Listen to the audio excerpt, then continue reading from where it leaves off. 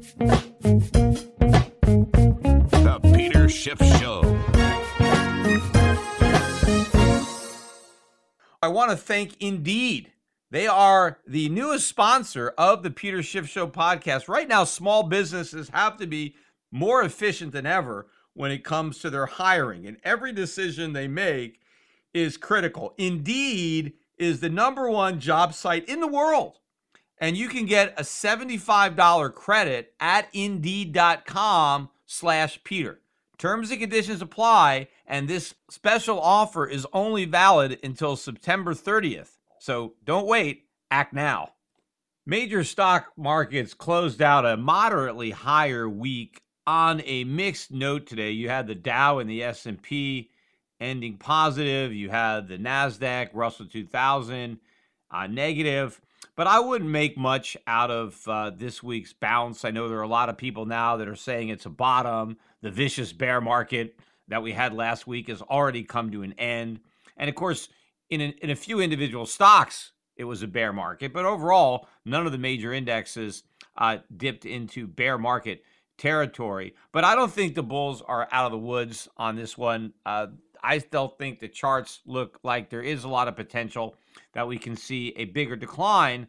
Of course, you've got the backstop of the Federal Reserve. In fact, it's only because the Fed is there that the market didn't have a bigger drop this week. The reason we didn't have more follow-through is because people expect the Fed to come to the rescue. In fact, if the Fed wasn't there, the market never would have been at the levels that it just dropped from. Meanwhile, gold had a small gain on the week. Nothing big, but the technicals are looking incredible on gold. Gold, I think, is around 1943. It is building this new support, or consolidating rather, above the support level that used to be the resistance level. The spike high that we had in 2011 of about 1900, that's now the support. And the longer the old high can remain the new low, the new resistance, I think the stronger this next rally is going to be. The gold stocks were actually down a little bit on the week, so you still have a lot of skepticism there. You have a lot of nervous bulls. But to me, it looks beautiful. The chart looks beautiful. The fundamentals really look beautiful for these stocks. I just think you take advantage. If you're not positioned well in this sector, now's your chance. I mean, you had better chances earlier. Certainly March was a gift horse, which I strongly advised my listeners not to look in the mouth and to buy with both hands. But even if you didn't take my advice back then, you can still buy. And even if you did take my advice back then and you bought, you can still average up if you don't have a big enough position. And one good way to take advantage of the gold price before it makes its next move up, people forget about the Perth Mint, and I've been working with the Perth Mint in Australia now for, I don't know, almost 20 years, not quite. I think 2002, 2003 is when I first became a dealer for the Perth Mint. But I think that's another great way to have some gold stored outside the country. And they have a great program for physical gold. They will store your unallocated gold for free, no storage fees. And over time, that adds up. If you're storing it for you for free year after year, you're in good shape. So it's a great way to have gold. I recommend that people have gold in various locations, diversify where you store your gold, because you never know. But the Perth Mint is a great place to store it. It's a government-owned entity, reinsured by Lloyd's, very, very safe depository for your gold, so you can trust that your gold is there. Nothing's going to happen to it. And if you're interested in learning about the Perth Mint, if you have an account now with Euro Pacific Capital, then just talk to your broker, because all the Euro Pacific Capital brokers can help set you up a Perth Mint account. And we're the only dealer, by the way, that can work in a lot of these Western states like California because of the model state laws that exist. So we're the only Perth dealer that can help Americans in about 13 states, or I forget the exact number, but they're mostly out west where all these fires are. But so we can help you. So talk to your broker. If you don't already have a broker, you just call up and talk to Danielle Parsons, or just go to goldyoucanfold.com. That's the website that I set up that will take you directly to the Perth Mint page on the Euro Pacific Capital website. That's goldyoucanfold.com, and get a hold of Danny, and she'll set you up and help you buy. There are some storage fees on silver now. They used to do that for free, but now they've got so much silver, they don't have any room for more of it, so they have to start charging. But it's still a very, very low rate on your silver. But remember, it's zero storage fees for the gold. Of course, the biggest factor that's ultimately going to be driving gold and gold stocks is going to be inflation. It's going to be inflation and a weakening dollar. The dollar is going to lose value not only against other fiat currencies, but it's going to lose even more value against real money, gold and silver, and it's going to buy less and less. In fact, we actually got some of the government's official numbers that purport to measure inflation. Of course, they don't. They measure consumer prices, and they don't even do a good job of doing that, because the way the government has reverse engineered the CPI and the PPI, a lot of the gains that prices are experiencing aren't even reflected in these numbers. By the time they grind them through the mill there and they adjust them hedonically and they do some kind of weighted averaging or whatever happens, the data that comes out doesn't really look much like the data that goes in. And so we constantly get a more benign picture of what's happening in the prices. Consumers are paying prices that are rising at rates that are faster than what we get from these official numbers. But the numbers we got the producer price index. That one came out yesterday, and the consensus was for 0.2% increase, pretty low, much lower than the 0.6 we got for July. And we ended up with 0.3. So a hotter than expected number, more than people were looking for. And in fact, if you look at the core, right, ex food and energy, they call that the core, month over month, that was up 0.4.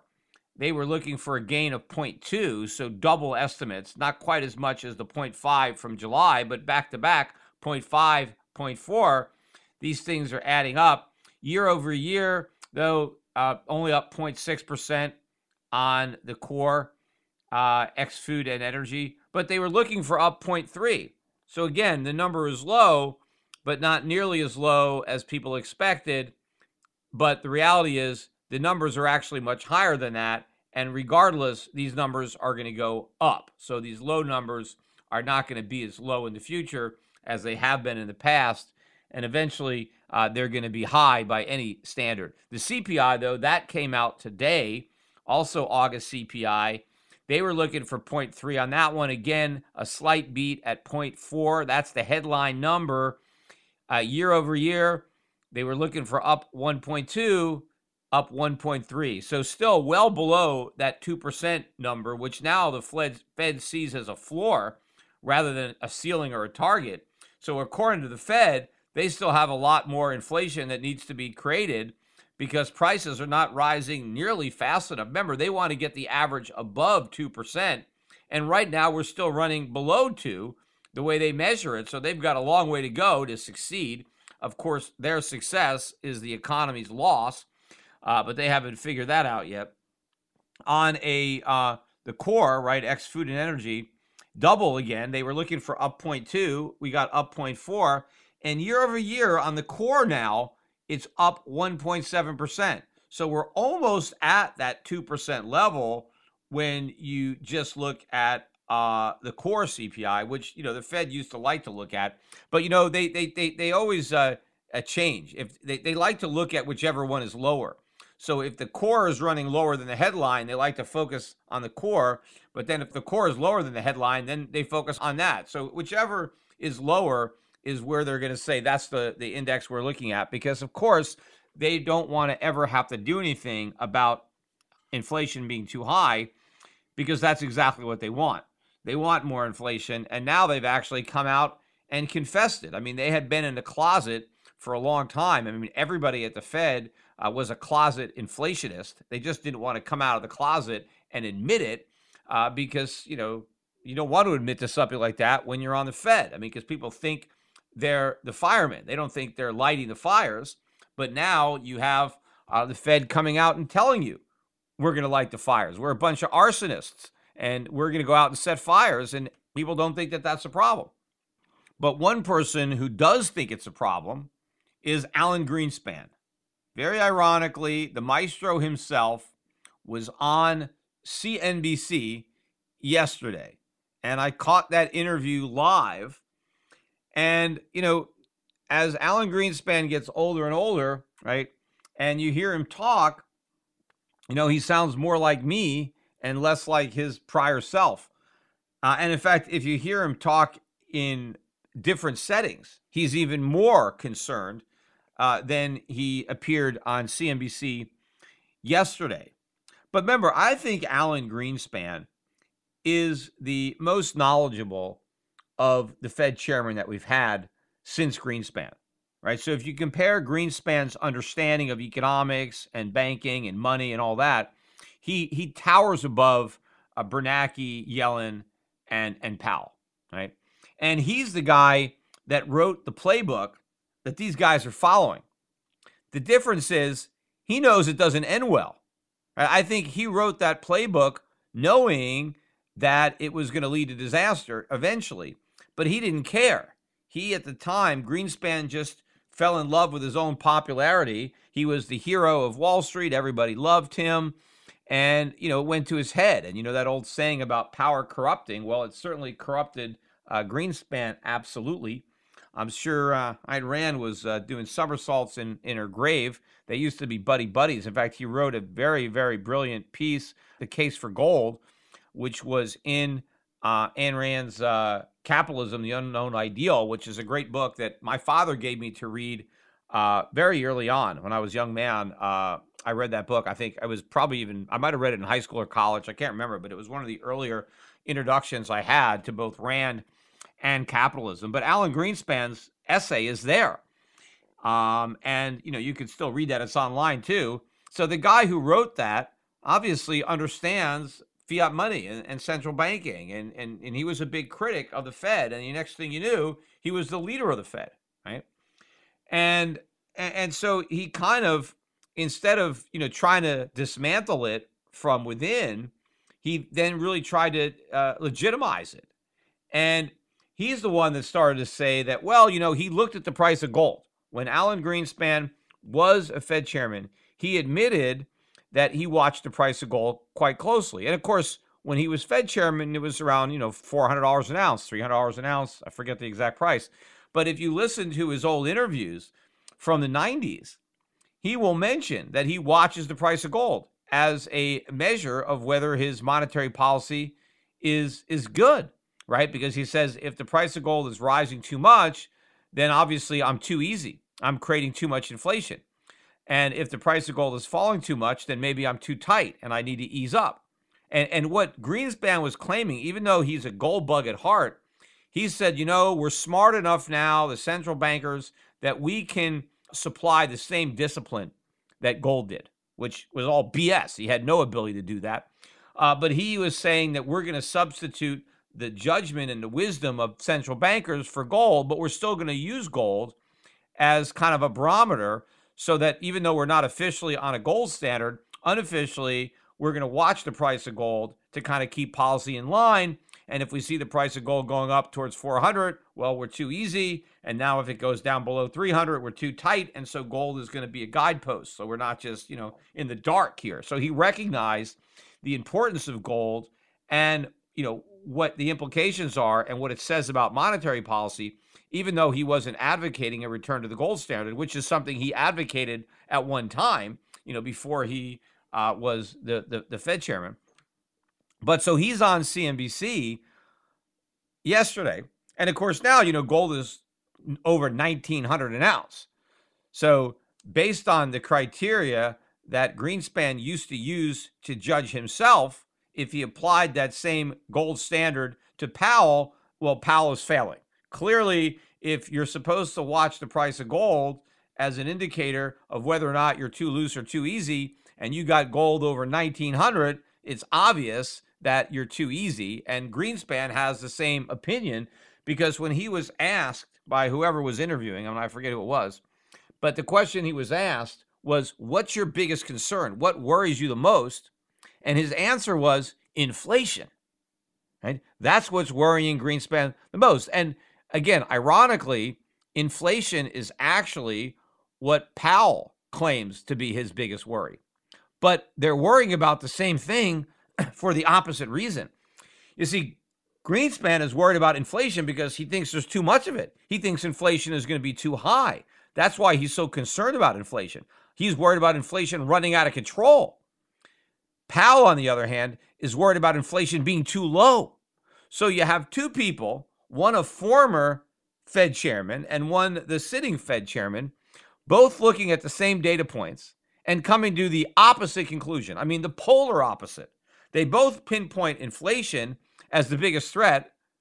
Greenspan, who used to be the chairman of the Fed, who's the longest serving chairman ever, and who we call them the maestro, this guy is saying, I'm looking at the data and I'm worried inflation's too high and it's going to get worse. And Powell, looking at the exact same data, says, I'm worried about inflation too, but I think it's too low. I'm worried that we don't have enough inflation. We need to create more. We need to go out of our way to get even more inflation because we don't have enough.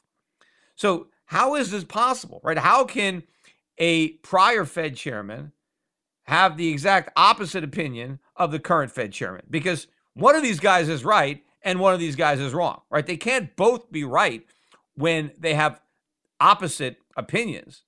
So one of them is going to be right and one of them is going to be wrong. And my money is with Greenspan. As I said, he wrote the playbook. He knows how it ends. Powell has no idea how this thing ends. He doesn't understand the playbook or the rules. He doesn't know how the game works. And it's funny too, because when Powell was initially appointed as Fed chairman, he thought his job was to normalize interest rates. He didn't realize that his job was just to blow another bubble, right? He came to the Fed. He approached it. Hey, I'm an outsider. I'm not an academic. And we need to raise rates. And he's continued to raise rates. Yellen started it, but she barely raised any rates. And now this Powell comes along and thinks that he can keep on doing it. And so, hey, I'm going to normalize rates. And of course, Donald Trump, when he campaigned, hey, we got to get rid of Yellen. She's just a lackey. She's just doing political things. She's just blowing a stock market bubble and printing too much money just to try to make Obama look good.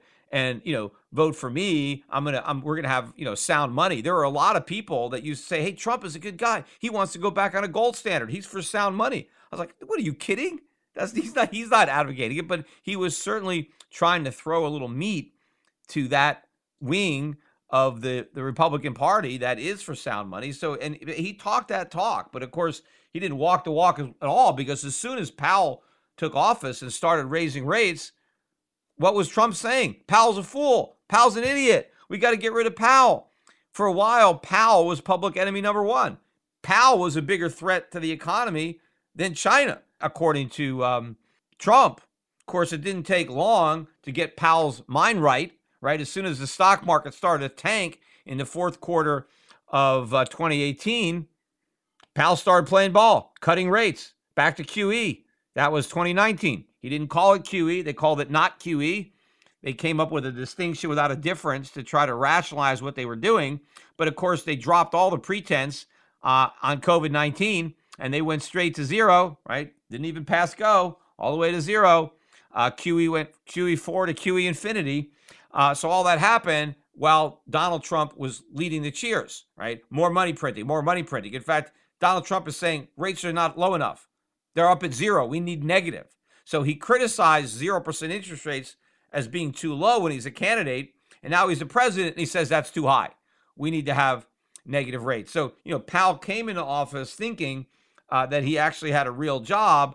And then once he got the job, he realized that what the job was propping up bubbles that prior Fed chairman had helped inflate. And so that's really what he is doing.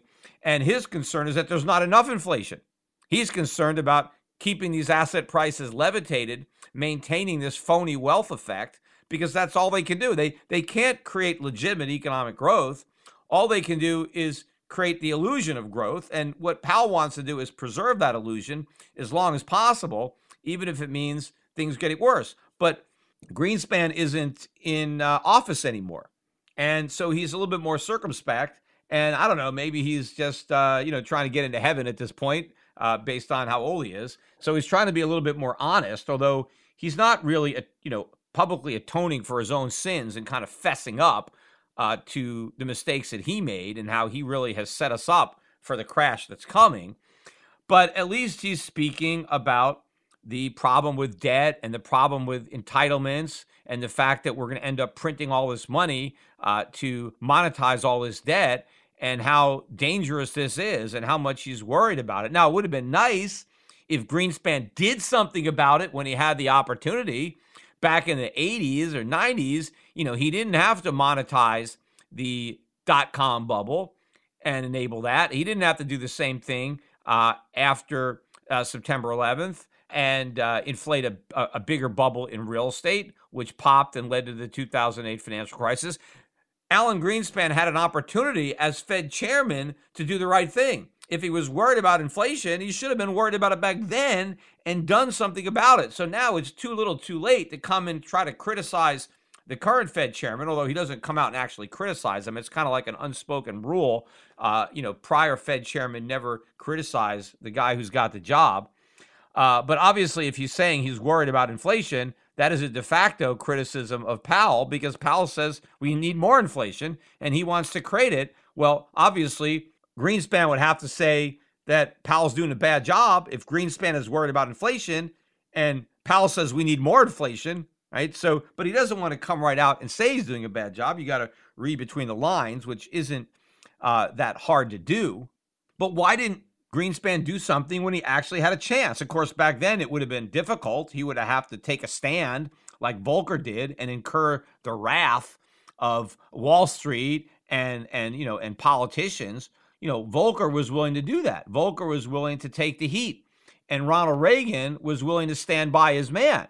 He wasn't like Donald Trump criticizing Volcker for those high rates. He stood behind him, and that was one of the reasons that the policy worked. It had the support of the president.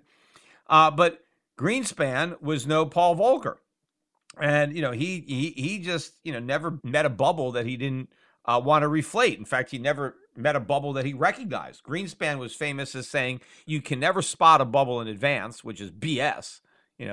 And then he said that the best thing to do is wait for bubbles to pop and then deal with them afterwards rather than trying to contain them before they pop. And of course, what was Greenspan's, game plan? How do you deal with a bubble that's popped? Inflate a bigger one. What kind of ridiculous plan is that?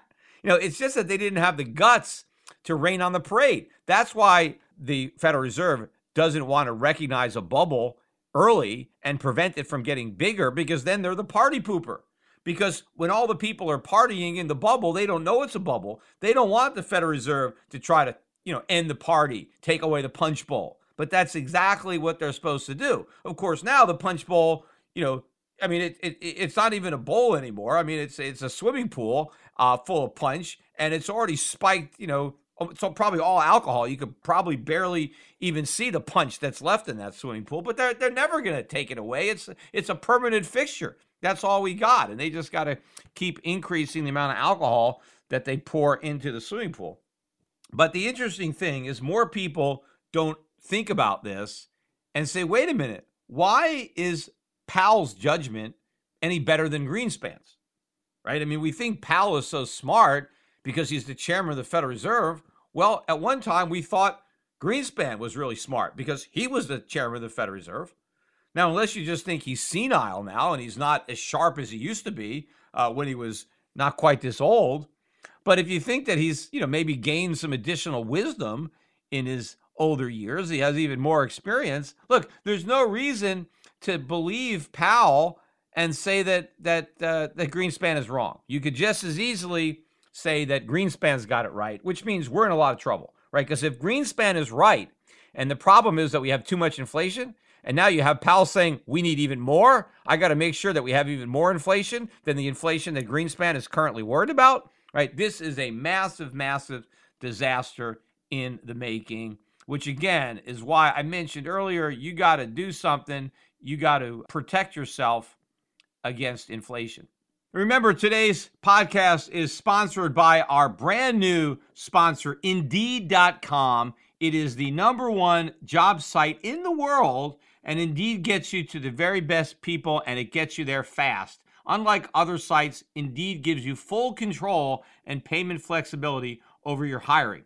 You only pay for what you need, and you pause your account at any time, and there's no long-term contracts. Plus, Indeed provides powerful tools to make your search that much easier. In fact, I was on their site today. I'm actually in the process of signing up because we are hiring at Euro Pacific Capital. So you can always send your resumes in. In Puerto Rico, we need some people fast at Euro Pacific Asset Management. But I was perusing on their website, and it's a great way to look for a job, because I went up there and I was kind of like pretending that I was looking for a job in financial services, and you just put your location, and you can even qualify it, how many miles, salary, the type, full-time, part-time, and then you hit go, and you just get a whole list of these jobs. They come up, you can read about them. He has a place where you can upload your resume, get it on there, employers can look at it. I mean, obviously, in today's day and age of COVID, this is probably the best way, more than ever. These online recruiting and job sites is the way to go. And I think when it comes to these online job sites, I think Indeed is the way to go. They've got 73% of the online job seekers are visiting each month. So you're going to get a lot of quality candidates looking at your ad if you've got an account at Indeed. So right now, they are offering my listeners a free $75 credit to boost your job post, which means more quality candidates will see your ad and see it fast. So you can try Indeed out with a $75 credit at Indeed.com/Peter. This is their best offer that they've got right now, and you're getting it on the Peter Schiff Show podcast. So go to Indeed.com/Peter. And remember, terms and conditions do apply, and this offer is only valid until September 30th, so act fast. Also, while I talked a little bit about the fires that the central bankers have been lighting, Mother Nature is lighting a lot of fires, although some of these fires actually got started as a result of man-made, and not because of global warming, right? Some of them just get started because humans are careless when it comes to fire. But you've got some serious wildfires burning out there on the West Coast. Particularly, California, Oregon, Washington State, but also there's a few other states out west that are dealing with these fires. But it really is kind of apocalyptic out there. Right out of a Mad Max movie, if you look at The Color of the Sky. I tell you, though, a lot of people are going to be very, very excited for 2020 to come to an end. We've had a lot of stuff going on. We have these wildfires in California now and out there. In fact, every couple of years, it seems like they're the worst wildfires ever. So they keep getting worse. Of course, you got a lot of people that are blaming all this on global warming. But, I just want to highlight again, this is another headache, another major problem that we don't need. Because what are these fires doing? They are destroying stuff. They are destroying buildings. Well, now what do we have to do? We have to replace what we lost. Now, I know you're going to get a lot of these Keynesians who think, oh, this is great news. This is good for the economy, right? Natural disasters are great because now we get to build. We get to rebuild. Well, if that was great, well, why wait for Mother Nature? Just burn our houses down, right? And then we can all get rich building them back. The problem is you don't get rich just replacing what you lost. You're treading water. And the problem is the resources that are going to be needed to replace the houses that we used to have but now burned down, those are the resources that we could have used for other stuff. And now we could have had the other stuff in addition to our houses. And now we had to sacrifice that other stuff to rebuild the houses that we lost, right? And so the scene, right, what you see is, oh, here's this new house that got built. What you don't see is all the things that didn't happen because the resources that would have made them happen have now been diverted to rebuilding what we already lost. So disasters never make you richer. They always make you poorer. And now we're getting hit at a time where we really can't afford to be hit. Look at what was happening to lumber prices. Lumber prices were already zooming. What's going to happen to them now? How much more lumber do we need to replace the houses that were perfectly good houses that now no longer exist? And of course, a lot of these houses that have been built in areas that are prone to wildfire. I mean, one of the reasons that we can keep building in areas prone to natural disasters like floods and things like that is because the government subsidizes insurance and keeps the premiums lower and actually encourages people to build houses in areas where they're likely to flood or burn down. I mean, what we need is a free market so that fewer people build in those areas, and the people who do take better precautions in their construction and to guard against this. But you have the government actually underwriting risk and subsidizing people to engage in risky behavior, and so we have more of it, and so now we lose more houses, and then the government comes with all this disaster relief and federal aid. But of course, where does that money come from? They have to print it. So again, the wildfires are going to destroy our stuff, and now we're going to have to print more money to try to replace the stuff. So we have less stuff and more paper money. Again, this is adding fuel to the inflation fire. That's the one that's really going to be ravaging the economy. Now, obviously, this one, I mean, you're talking about people are, losing their lives and property is being damaged. So that loss, is not measured in dollars and cents, but the loss, even the cost to the economy of having to rebuild those structures, is still going to be small relative to the overall damage that the Federal Reserve and government are doing to the U.S. economy. And of course, a lot of that damage that is being done is the result of legislation that was enacted 19 years ago.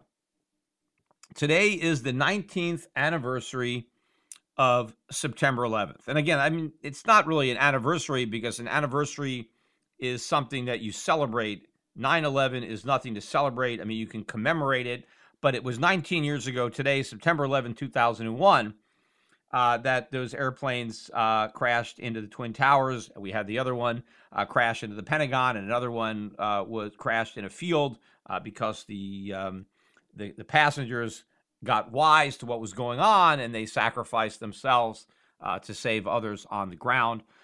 But the real loss, apart from the loss of life, and whenever I talk about 9/11 and I talk about, the other damage, I never want to minimize the fact that a lot of people died and the impact that had on their families and their friends. But the impact on the nation, in fact, on the world, is so much greater. And I always say that the terrorists won on September 11th. And they didn't win because they succeeded in knocking down the trade centers. That wasn't their victory. I mean, we've replaced it. I mean, we have Freedom Tower now. I mean, the city, we rebuilt. No, the terrorists won because of what America did in response to those acts. We terrorized ourselves. The worst piece of legislation that started it was the Patriot Act, right? Patriot Act, which of course had overwhelming support. Bush was the president. Who could be against the Patriot Act? What, you're not a patriot? We're at war. We're having a war on terror. Everybody has to be patriotic when we have a war, right? So let's just pass this Patriot Act. Except the Patriot Act is probably the most unpatriotic act ever passed, which was why it was appropriately named. There is no truth in legislating. If there was, all of these politicians would be in jail. But it started with the Patriot Act, and that is all anti-money laundering. And again, the government sold the American public on this as, hey, we're going to fight terrorism. See, the way we're going to make sure that we don't have another 9/11 is we're going to catch the terrorists where they bank. Right? We're going to find where these terrorists keep their money. So the next time they try to finance an operation like this, it won't happen because we're going to snuff it out through the banking system, right? All of that was BS, right? No terrorism is being stopped by anti-money laundering laws and all this stuff that came about as a result of the Patriot Act. The real purpose of the Patriot Act was to destroy all financial privacy, first in the United States and then in the entire world. And so the government doesn't want anybody having financial privacy because they want to know exactly where everybody's money is. Not because they're worried about terrorism, it's because they're worried about people not paying taxes. That's the threat that they're concerned about, especially when they know they're going to keep raising taxes higher and higher and higher. And the higher taxes go, the greater incentive people had to not report their income and try to find places to hide it. So the real target of the Patriot Act wasn't terrorists. It was regular citizens who may not be 100% compliant when it comes to income taxes. It wasn't even drug dealers. I mean, a little bit more drug dealers, than terrorists. I mean, yes, it does probably help a little bit, but that's still small compared to the real goal, which is clamping down on tax compliance. But also, as governments get more and more oppressive, the more they know about you, the easier it is to oppress you, and the easier it is to suppress any kind of uprising. Because eventually, you have very corrupt governments and they pass all kinds of horrible laws. But then if you oppose those laws, you become a lawbreaker. You become a quote unquote terrorist. And now they can use all this power to get you. But you're really not a terrorist, right? You're a freedom fighter. The terrorist is the government that's terrorizing the citizens.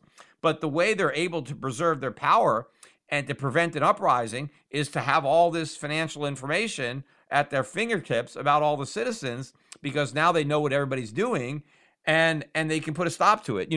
Before 9/11, if you opened up a bank account, I mean, you had some semblance of privacy in that bank account.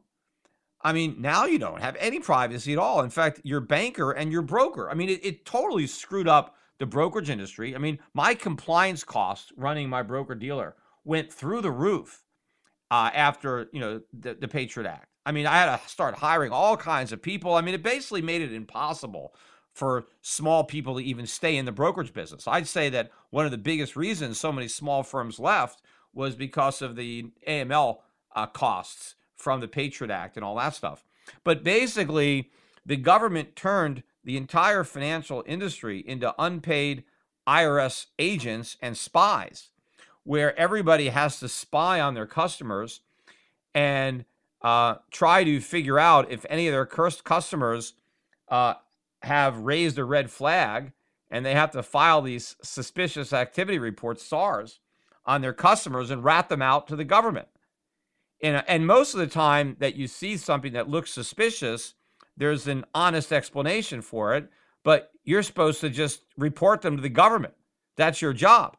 And if you don't report somebody, when they audit you, and they have these huge audits and they look through all of your books and records, and if they come up with a transaction that does raise a red flag in their mind, and you didn't file a report on it, then you're in trouble. You could be fined. You could go to jail. It becomes a crime not to report a potential crime, even if what you failed to report was totally innocent. The fact that you didn't go out of your way to rat that person out to the government, well, that makes you a criminal too. And so realize this, that your banker and your broker is spying on you by law. They are required to spy on you. And if they see that you've done something suspicious, they're required to rat you out, and they're not allowed to tell you. See, that's also a crime. See, if you see somebody, if you're a banker or a broker, and you see some transactions that are a little suspicious, it's a crime to alert the client, hey, we're looking at this, it looks kind of suspicious. No, you're just supposed to keep it quiet, because you're not supposed to tip them off to the fact that now they're going to, get investigated by the IRS, which is what's going to happen. So, I mean, it really destroyed, what was left of American freedom. And of course, they've just been building on it ever since, bigger and bigger and bigger. And it's gone to the whole world now. It's not just America, right? We led the charge on destroying all the privacy when it comes to your finances, all under the guise of we got to go after the terrorists, and then we have to go after the drug dealers. That's just a distraction. And even if you think that's a good idea to go after the terrorists or the drug dealers, you never want to give the government that kind of a tool, because they will use it against you. Right there. Once they have the tool, then you can't stop them. They're going to use it against law-abiding citizens, even citizens who are compliant with these, confiscatory taxes. They're still being run through, the ringer. But the cost of complying with these rules and regulations, I mean, that's one of the reasons that it's so hard for me to do stuff at my bank. These rules and regulations is why gold money had to give up on its ambitious plan of making gold money and allowing people to use gold really as a medium of exchange. The technology is there. It's so simple to do. It's never been easier to transact in gold in the history of the world. The only reason that we can't do it is because government regulation makes it so expensive. Now, is that a coincidence? Well, because obviously the government doesn't want people to have a superior alternative to their fiat currency. And of course, they want to be able to spy on every transaction we make. They want to micromanage and have more control. And they have all this control because of 9/11. So the terrorists won. We have lost so much freedom. We are much less free. We have far less liberty today because we were attacked by terrorists. But the terrorist attack isn't what did it. What enabled the terrorists to win was what we did to ourselves. It was the way we reacted to what they did. And maybe they knew that was going to happen. Maybe they were smart enough to realize that that was the real damage. And of course, there are people out there that try to think, hey, maybe we planned it. Look, I don't think that our politicians are smart enough to pull off something like that and to cover it up. But what they are smart enough to do is take advantage of it, right? Never let a good crisis go to waste. And that is exactly how they approached 9/11. They did not let this crisis go to waste, and they used it to dramatically expand government, to declare war on terror, because it's always during wartime that Americans are most willing to surrender their rights and liberties, and that's exactly what happened. And they're doing the same thing again with COVID-19. We now have a war on a disease, and the government is using this war as another excuse to diminish our rights, diminish our freedoms, and to expand its own size, where we're getting more government, we're getting more government regulations, more government spending, more government programs because of this war on COVID-19, just like we had the war on terror. So we're doing it all over again. We're doing it to ourselves. And once again, just like we did more damage to ourselves than the terrorists, the government's COVID-19 cure is far more damaging to our economy than the disease itself. I want to finish up today's podcast, though, by talking about the season opener that we had last night. NFL football returns. They're actually playing games. There were fans in the stadium. Far fewer fans than normal, but actually there were quite a few fans. I guess they were social distanced, and I couldn't really tell, the masks that they were wearing. But what was more interesting to me was really not what was going on the field during the game, right? And you had the defending Super Bowl champs, Kansas City Chiefs, hosted the Texas Titans, beat them. But the action on the field, to me, was secondary to the action that took place on the field before the kickoff. And that was this unity, right? Where you have all of these NFL players, just like, the NBA players, they need to show their fans and the world that they stand with Black Lives Matter, right? And they stand with George Floyd. And, actually, I'm glad they didn't actually come out with any posters with pictures of George Floyd or anything. His name wasn't part of the protest, but what they were doing is they were all standing together before the game to signify their support for racial equality, racial justice, and to acknowledge all the racial injustice, right? To acknowledge this systemic racism that we now all agree, right? Or not all of us, but a lot of us now agree is not only real, but is the reason that there are so many problems in the African American community. It's all because of racism. And so the NFL players, they want to get together and they want to show their support because they think in so doing, they will help push America to doing what's right and finally tackling this systemic racism, acknowledging it, atoning for the sins, doing something about it. I don't know, reparations, whatever. But this is how we can solve the problem. And of course, even these NFL players are demanding that the owners do more, spend more, whatever, to eradicate racism.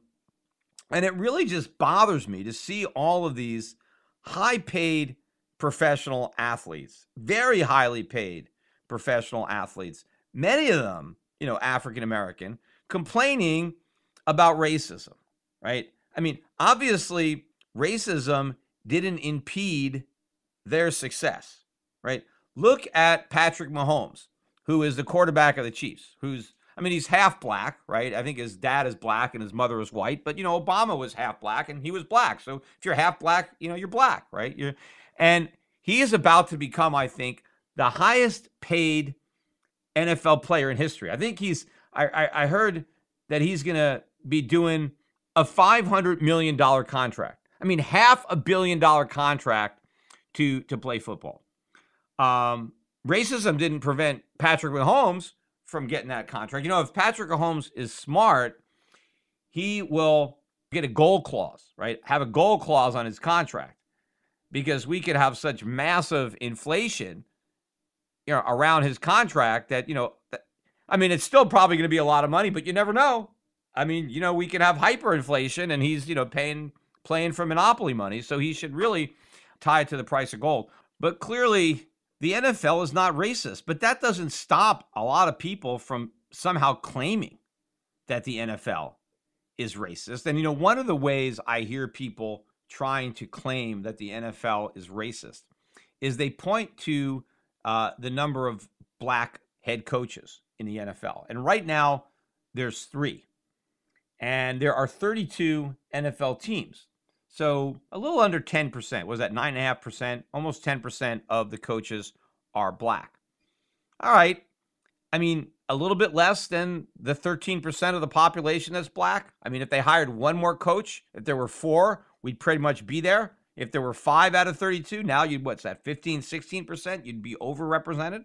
But they'll say, no, but wait a minute. You can't look at it relative to the population. Look at the fact that 70% of the NFL players are black. So if 70% of the players are black, well, 70% of the coaches should be black. I guess that's their reasoning. Which, first of all, once you have to acknowledge that 70% of the players are black, right there, wait a minute. How can the NFL owners be a bunch of racists if 70% of the players on their teams are black? Their racism isn't preventing them from hiring all these blacks. The people who should be complaining should be the white players or the Hispanic players or the Asian players. They're not getting hired, right? Why aren't they complaining? In fact, you've got all these guys in the NFL that are complaining about racism. Maybe we should boycott the games and say, you're right. We need the NFL to look like America. You have too many African-American players. That's not right. There's obviously systemic racism in sports. After all, why else would there be 70% of the players black? It can't be for a logical reason, right? If there's a disparity, it must be the result of systemic racism. So yeah, we need to make the NFL look like America. Where are the female players? Where's the transgender players? Why aren't there any older players? There's age discrimination going on. Why are there no people in their 50s and 60s? What about people with handicaps? Why don't we have any handicapped players? They're obviously discriminating against the disabled, right? You can make these arguments, but it's amazing that they want to say that the NFL is racist because we only have 10% of the head coaches are black. The skill set is completely different, right? What it takes to be a good coach is not necessarily what it takes to be a good player on the field, right? There's different skill sets, different abilities. And, even though 70% of the professional football players are black, it's a smaller percentage in college. I think, Division I, yeah, you got maybe 55% of the Division I players are black. But as you go to Division II, Division III, you have more and more white players, more and more Hispanic players. Certainly you go down to high school, right? So a lot of these guys who become coaches, they didn't play in the NFL. They weren't good enough to make it to the NFL. Some of them did, but a lot of them, played in college and then they went on to coaching. They didn't go on to the NFL, or they played in high school. And a lot of these coaches too, they work their way up. They can start in high school, then they can go to college, and they work their way up the ranks. But to say that the fact that only 10% of the coaches are black, that somehow proves that the owners are racists, how is that possible? How can they not be racist when it comes to hiring players, but they're racist when it comes to hiring coaches? The fact that there are 70% black players proves that they're not racist. See, the coaches want to win. I mean, is it possible that there's an owner, an NFL owner, who is a racist? Sure, it's possible. But what the owner of an NFL team cares more about than their racism is winning. They want to make money. And you make more money when you have a winning team, right? The better your record, the fans like going to games where the home team is winning, right? You can sell more merchandise when you have a good team. You get better TV spots. You get more money. Hey, you might make it into the playoffs. You get even more money, right? These are big, expensive teams, and these guys got big egos, right? You've got some very, very rich owners, right? And what do they want to do? They want to win. They want to beat the other rich owners on the field. This is their own version of war, right? So they don't care what color these players are. They want to win, right? And the same thing with coaches. They want to hire the best players for the job, and it just so happens that 70% of them are black, right? And it's a fair competition, right? The reason that blacks are winning these positions is because they're better than the players that they beat of whatever ethnicity they happen to be. The same applies to coaching. These NFL owners are looking to hire the best coach possible, and they're looking at all the coaches, and they're looking at their track records and where they've coached in the past and what kind of success they've had. They're trying to find a coach that's going to enable the team to win, right? They just spent all this money hiring all these expensive athletes. They're not going to blow the whole thing by hiring a second-rate coach just because he's white. They're not going to pass up this great coach who happens to be black and say, nah, I'm not going to hire you. You're black. I mean, I'm fine hiring black players, but come on, I draw the line at coaching. That is a bunch of nonsense, right?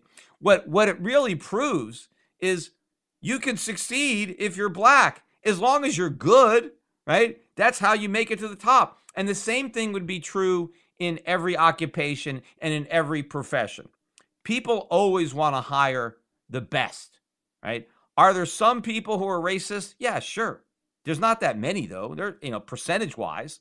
But even if they are, they're going to keep quiet, keep that to themselves if it costs them money, right?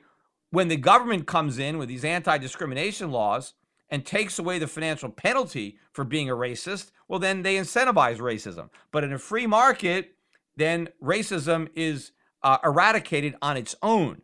It's unfortunate because all these players now want to get together and demand that we put an end to racism, and we can't do that.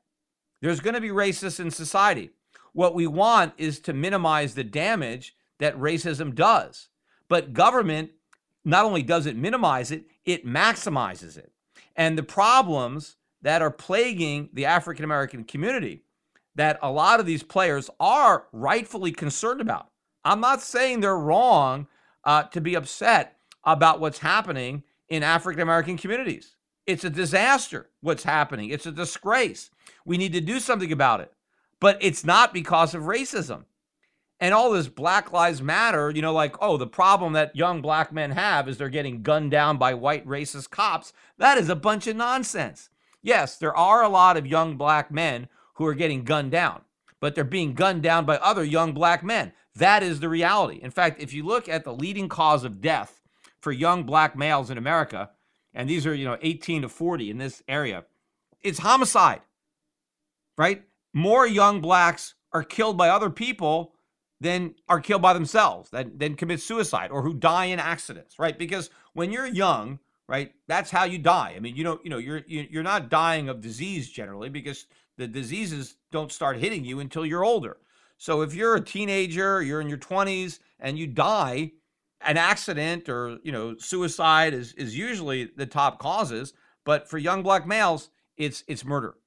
For young white males, it's much different. I think it's like 32% about of the young black males who die, it's a death by homicide. When it comes to white males, now you're at 3 or 4%. So a much lower percentage. So for young white men, you're, again, far more likely to kill yourself, drug overdose, whatever it is, or you die in an accident, car accident, or some type of, other event that happens and you end up dying. But for young black males, it's being murdered by other young black males. And of course, when you look at women, then, the numbers tank, right? So the problem isn't for black women, it's the males. And that's where the problem is. But it's not because of racism. Blacks aren't killing other blacks because of racism, right? But one of the reasons they are is because of the war on drugs. So why aren't these athletes demanding an end to the war on drugs? If they really care about what's happening in the inner cities and all the violence, how about ending the war on drugs? Because, drugs are winning, right? People are dying. Look at all the overdose deaths. I mean, reality is that's what killed George Floyd. They should be worried about all the drugs George Floyd was taking and the fact that he OD'd on drugs, right? Not about the policeman, but they're not going to talk about that. They're not going to talk about the failed welfare state, right? They're not going to talk about all these young black males growing up without fathers. Hey, why is that? Maybe this is one reason that they all turn to crime is because they don't have a father figure in the house. And why is that? Once upon a time before the welfare state, black children were more likely to grow up in intact families than white children. They had very strong families before the government welfare system destroyed the black family. And now you have all these out-of-wedlock births, and you have all these young black males just growing up, and they go to crime. And, of course, we glamorize and glorify crime with the war on drugs by creating so much profits for the people that go into drugs. And then, of course, we build all these roadblocks for all legitimate avenues. We build in a minimum wage law. We build in occupational licensing laws. We make it so much harder for young black males to gain legitimate employment. We kind of, steer them. We corral them into drugs. I mean, we shut down all their other avenues, and the only one that's left is drugs. And of course, they see their friends, the ones that are dealing drugs. They have all the bling. They have the fancy cars. They get the prettier girls. And then we have the rap music that glorifies it. I mean, that's not what these guys are criticizing. There is so much they could do. What about the failed public schools? What about what we're doing to our African-American kids in these horrible government schools that they're trapped in? Why aren't they asking for a voucher system, right? Why don't are they demanding that we actually do something to help these kids get real educations? Not being indoctrinated by these bureaucrats, but let them actually learn something. And, how about more on-the-job training, more apprenticeships, get rid of all these laws, minimum wage laws again, or other laws that make it too expensive to hire these unskilled young men and learn them, teach them some job skills. Let them learn on the job. Let them climb up the job ladder. No. We've destroyed all the bottom rungs on that job ladder. They have no chance of climbing on. The only, job they're going to get is in drugs. So they can be doing so much good, right? These are athletes that are high-profile guys, well-respected in these communities, idolized. People look up to them. They're role models. And they want to pretend that all these problems are the result of racism. That's an excuse. That's the one way to make sure that the problems are never solved. If you just blame everything on racism and just accept the fact that you're a victim, there's always going to be racism. So you're always going to be a victim. Instead of taking responsibility for yourself and realizing, yeah, there might be some racism out there, but damn it, I'm going to overcome that. I'm just going to work twice as hard. I'm going to overcome those stereotypes and use that to your advantage, right? And these guys could be doing that. They could really be making a difference. And it's so frustrating to see them squander that opportunity just because it's easy, right? They're taking the easy way, right? It looks really good, right? Because these guys are making a ton of money. And I think it's so interesting that they want their owners to spend all this money. Well, how about if they cut your salaries, right? How about that? You guys got plenty of money. Spend that, right? And you can use that to cover reparations because, obviously slavery didn't hurt you guys. But the easiest thing to do to make their fans think they care is to just stand with unity and just buy this narrative hook, line, and sinker. Oh, yeah, we stand with you. It's solidarity. How about show some guts, right? And actually stand up to the false narrative and try to make a real positive difference by educating some of these people to understand the truth and accept the truth along with personal responsibility and hold these leaders, right? Politicians and the race baiters, the poverty pimps, shine a spotlight on them, right? They have that opportunity, but no, they blow it because it's more convenient. It's easier to be liked if you just take the low road and just pretend you care so much about all these injustices by standing together in the middle of a field and holding hands.